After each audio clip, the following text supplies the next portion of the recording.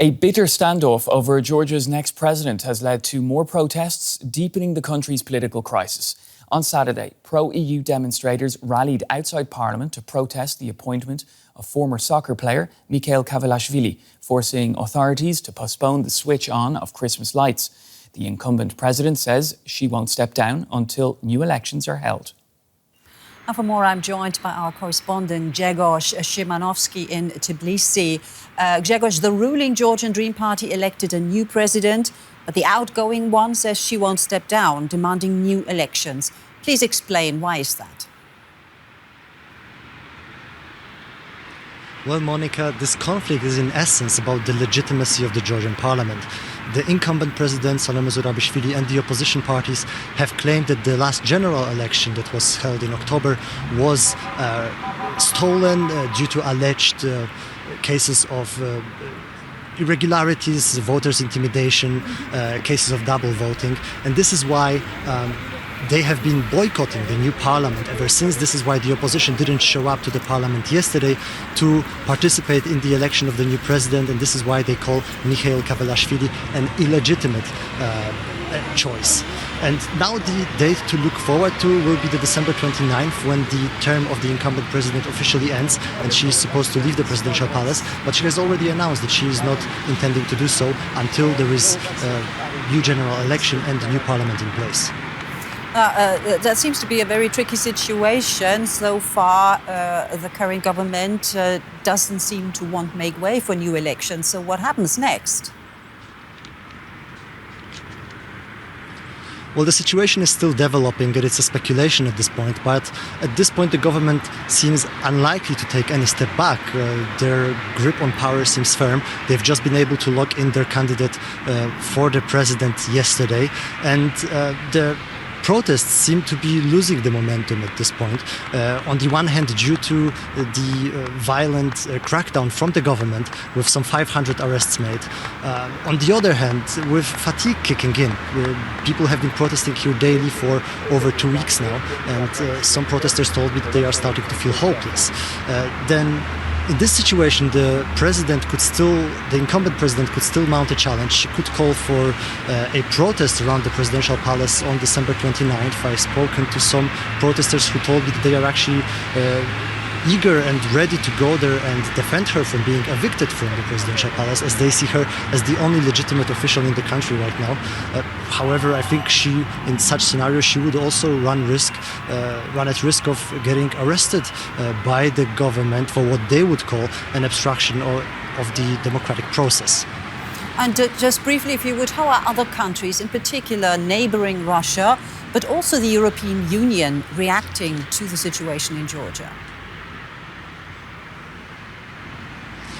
Yes, Western countries have been criticizing the conduct of the government and calling for an investigation into the outcome of the general election in October. The US has imposed some visa restrictions on Georgian Dream officials. The EU foreign ministers are due to meet in Brussels tomorrow to discuss the situation in the country.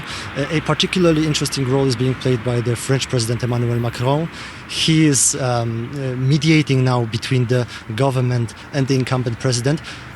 But the local powers here, the regional powers, Iran, Turkey and Russia, seem to be content with Georgian Dream in power. We will now be observing who is going to congratulate the newly elected president.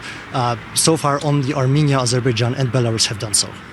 All right, DW correspondent Grzegorz Szymanowski reporting from Tbilisi. Thank you so very much. Well, for more on this, let's speak now with Tinatin Khidasheli in Tbilisi. She's chair of the Georgian think tank Civic IDEA and also served as Georgia's defense minister from 2015 to 2016. Her party, the Republican Party of Georgia, was in a coalition with the Georgian Dream Party. Welcome to DW. So Mikheil Kavelashvili has been voted in as Georgia's new president, as we've seen, but incumbent President Salome Zurabishvili says she's not stepping down until new elections are held. So how might this impasse be resolved? Good morning. Thank you for having me. That is correct. Unfortunately, illegitimate parliament yesterday took the vote for the presidential elections as well. And now they are planning to have that one legitimate institution out of the law as well.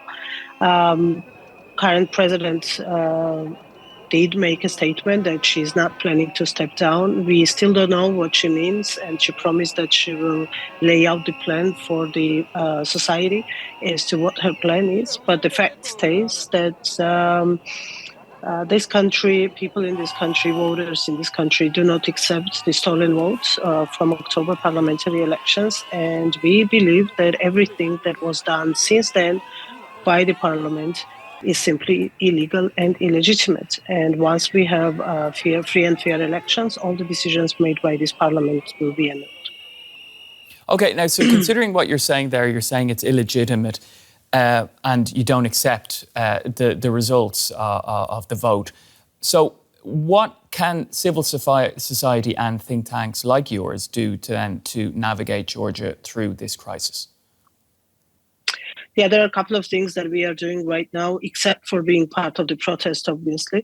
First of all, we are working on several legal claims for invalidating the votes. Unfortunately, Constitutional Court of Georgia missed the opportunity of doing the similar action, of carrying out the similar action that the Romanian courts did. And we do not have that opportunity anymore. But in case government starts recognizing political crisis, there are still a couple of opportunities for the entire process to go legitimate way. That's one issue that we are involved in, particularly those of us who are lawyers as well by the profession. And on the other hand, we've just started documenting the crimes committed by the government, by the special forces, by the gangs running out on the streets on behalf of the government, and beating up, torturing, kidnapping people from the streets who end up severely beaten up at the police stations. And then additionally, they are tortured at the police stations as well. So if things continue the same way, obviously, we are planning to take those cases to the international tribunals and seek for justice, as the legal system in Georgia, unfortunately, is unfit for keeping those responsible for those crimes accountable. Okay, well, one thing as well that Civic IDEA's work is, one part of it is confronting Russian propaganda. That's a significant part of your work. How do you counter misinformation and how do you influence public opinion? I think right now, fortunately, we are beyond that problem. Russia tried its best for the particularly last couple of years since the brutal invasion to Ukraine. Georgian government was very much part of the game.